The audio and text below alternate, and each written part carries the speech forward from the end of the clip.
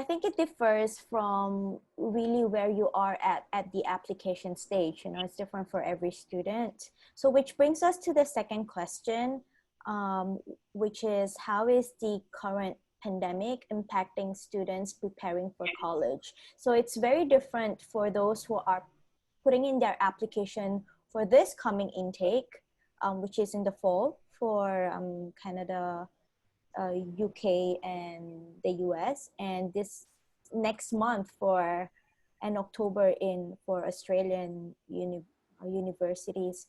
So uh, maybe I can start with sharing how it is in the Australia and New Zealand. Sure. Is that all right, guys? Mm-hmm. Yeah, so for Australian and New Zealand universities, uh, for this coming, as I mentioned, there are universities are actively recruiting for this coming July intake, and even more so for the coming February intake, where the situation might be a bit better by then. So if you are a current student planning to commence next month, I think you will know by now that most of the programs are going to be online. However, you have to fly to Australia and New Zealand the moment the borders are open. So I know most institutions know it's going to be tricky, especially with visa processing taking such a long time. And that is why they've made it a condition that, yes, the student can still pursue it digitally, but the moment they get their student visa approved, they have to fly. But if it's rejected, then they may be eligible for some of the tuition fee refund, if not 100%, which I know for sure, University of Canberra is doing. I think also one of the considerations that most students will have is that, you know, starting online, you can't really decide whether you want to accept the offer or not, because you feel like online means bad quality. And I think that's really very subjective, because, you know, tutors spend a lot of time, lecturers spend a lot of time trying to come up with online program, you know, putting their programs digitally. It simply means that for you personally, you need to have more discipline to reach out to these lecturers if you have any questions at all. It's not like in class where you can approach them after class, or you can raise up your hands during the lecture. Here specifically, you need to reach out digitally to ask for any information or clarifications on what have just been taught. So this I think personally is a push on your character development. It might be good for you to start you know, this coming July, if you already have an offer from Australian or New Zealand universities. But yeah, I can understand the hesitation and the need for you to start in maybe the upcoming year. Is that the same for both Canada and the US? Well, for Canada, I mean, it's really hard to say because they will only start in September. Mm. Um, yeah, so for students who are considering Canada right now, I would say, you know, just just do your school research and everything as if there was no pandemic.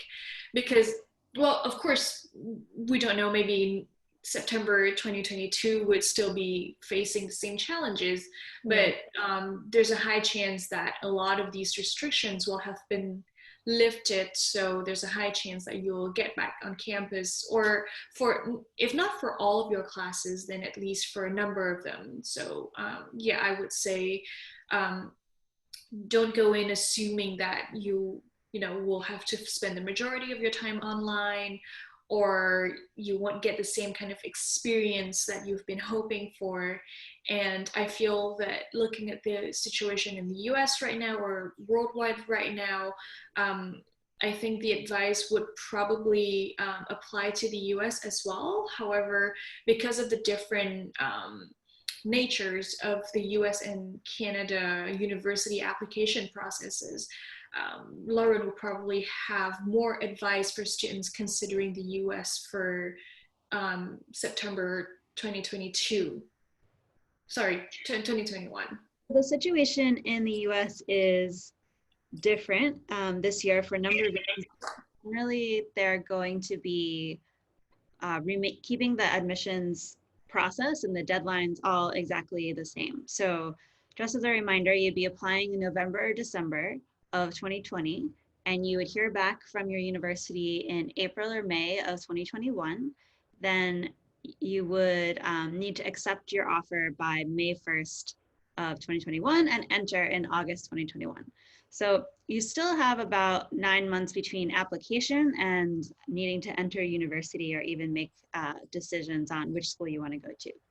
So in terms of how they're going to assess your application this year, the big difference is that lots of schools are going to be test optional.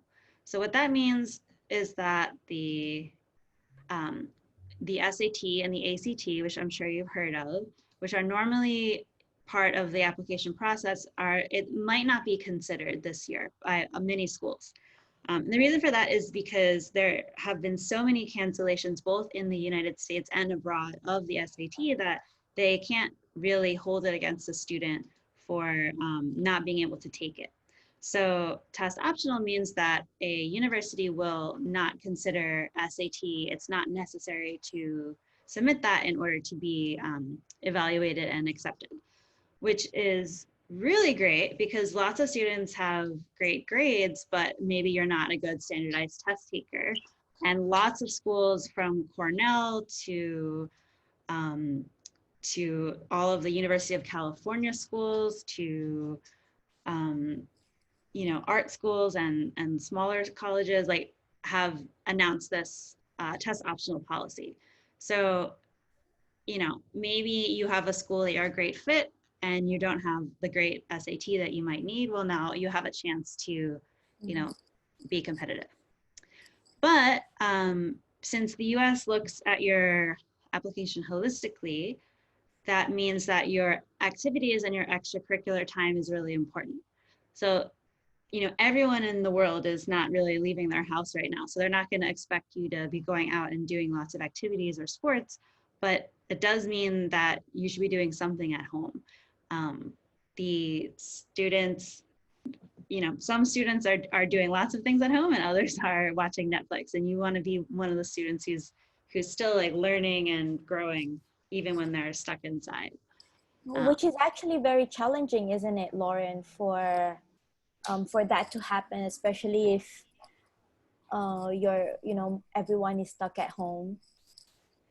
It's challenging, but there are lots of creative ways that kids have figured out, to do what they like, even though they're at home, whether that's online tutoring for kids in the neighborhood or, making meals for people who need food access, things like that. Those are all great ways you can still help your community even if you're stuck at home. Yeah, I would just like to add there that it's true that students, especially, when you're in high school and you haven't really had a lot of experience working from home and, doing a lot of things at home with just your computer, it can seem really challenging. And because you don't know where to start, or you just have no idea what you can do. And I've seen this with students. We've all seen this with students, even during normal times when they can go out and about.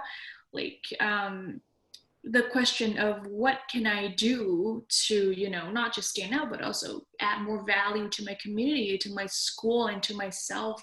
That's always been one of the most frequently asked questions for us counselors. And sometimes all you need, if you have that kind of question, is to talk to an adult or to talk to a professional like us, so they can help you kickstart a couple of ideas that you never thought you could do. And or share. They could also share with you their experience helping other students so that you can learn from students that have done it before you, and get some inspirations for your own projects. That being said, we would really love to help students who are struggling at the moment. It's very trying times and we want to extend our help. We are offering a free bespoke counseling session for anyone who may need some guidance at this point in time. So uh, I've put up a link here for you to fill up an interest for a consultation here. So I know that a few of you are fellow admissions counselors. So we're happy for you to share this link to your school students. If you feel that you as a counselor is unable to take in too many students at one go, we are happy to take that load off you and help you out at this period of time. So yeah, feel free to share this link. I will send an email later on. And after, when the student has filled up this form, we'll reach out not more than 3 days to set up a consultation day, and also to try to get to know them a little bit more, find out where they're heading and understand their preferred study destination. And with that being clarified, the counselor best suited for their needs will then take over the 1-hour counseling session on the date of appointment. So one thing to note is that this 1-hour session is definitely not enough for us to come up with a great application or essay editing plan for the student. But what we can do, what we can achieve in this 1-hour session is really to have a skeleton of or guideline for a student to undertake that is really bespoke for them. For example, if they need help with the essay, the counselor can't edit their essay, but what the counselor can do is to look through and come up with suggestions of what they can do to make it more powerful and also more entertaining for what we perceive the admissions counselors of institutions would really, you know, like to hear. So, and same thing for if you're looking at Australia or New Zealand or the UK, which is more academic focused, what we can do with them is really identify maybe what type of universities will be they'll be eligible for depending on the preferred program that they're looking at. For Canada, I think it's the same, isn't it, Hami? Looking through their grades and see which is a good university. Yeah, so grades definitely play a very important factor. Another thing that some of my students are concerned about is so weather is one thing, especially for students coming from countries like Singapore where it's sunny and nice all the time. Sometimes they get a little bit wary about going to, say, Montreal, where the winter can get to minus 35. Um, and another thing is also the location of the university. So what kind of big cities are around and how easy it would be for them to, say, find internships. It really depends on the industry they want to be in. So there are quite a few factors to consider when you're looking at a big country like Canada. Yeah, for sure. Even for Australia, which is a continent by itself, and more so for the US, which is very challenging, isn't it, Lauren? Yeah, the US has about 2,000 universities that are four-year universities. So it can be a little bit overwhelming for international students sometimes to figure out, what the right schools are. But, you can definitely work on figuring out your, educational goals and move from there to figure out the right climate, the right school size, the environment for you. Things like that. So that's how I help my students with that process, the shortlisting process. Yeah, that's fantastic. So hearing from all these counselors, including myself, would like to I would say that this session, this free bespoke counseling session, will definitely give clarity to students we are helping of what they can do to and to make their application more powerful before submitting. But what we cannot do is to guide them step by step to towards the application process, because 1 hour is definitely not enough to do so. Some students are happy with the 1 hour and most of them can run by themselves after. But for those who need more sessions, we're happy to speak to these students if they want to know more about our services. Yeah. So, and anything else to add, Lauren and Hami, No, before I we end off the session? think we're good. Yeah. Yes.